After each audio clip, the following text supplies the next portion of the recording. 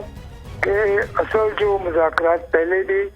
آئندہ بھی وہ دوحہ میں دوحہ ہوں میں، گے، ٹھیک ہے، اور جو معاہدہ پہلے امریکہ اور طالبان کا وہ دوحہ میں ہوا، بین الاقوامی مذاکرات پچھلے سال ستمبر میں دوحہ میں شروع ہوئے، ٹھیک ہے، اور ان کی تکمیل بھی وہیں پر ہوگی۔ ٹھیک ہے۔ رحیم اللہ یوسف زئی صاحب، بہت شکریہ سر، آپ نے ہمیں وقت دیا۔ شائستہ صاحبہ، آپ کا بھی بہت شکریہ۔ ناظرین، اب دیکھنا یہ ہے کہ آج جو پیس پروسیس ہو رہا ہے ماسکو میں، اس میں کیا پیش رفت ہوتی ہے، لیکن ایک بات طے ہے کہ خطے میں افغان امن عمل سے ہی جڑا ہوا ہے، اس کے لیے بہت کوشش کرنی چاہیے۔ پروگرام سے اجازت چاہوں گی، اللہ نگہبان۔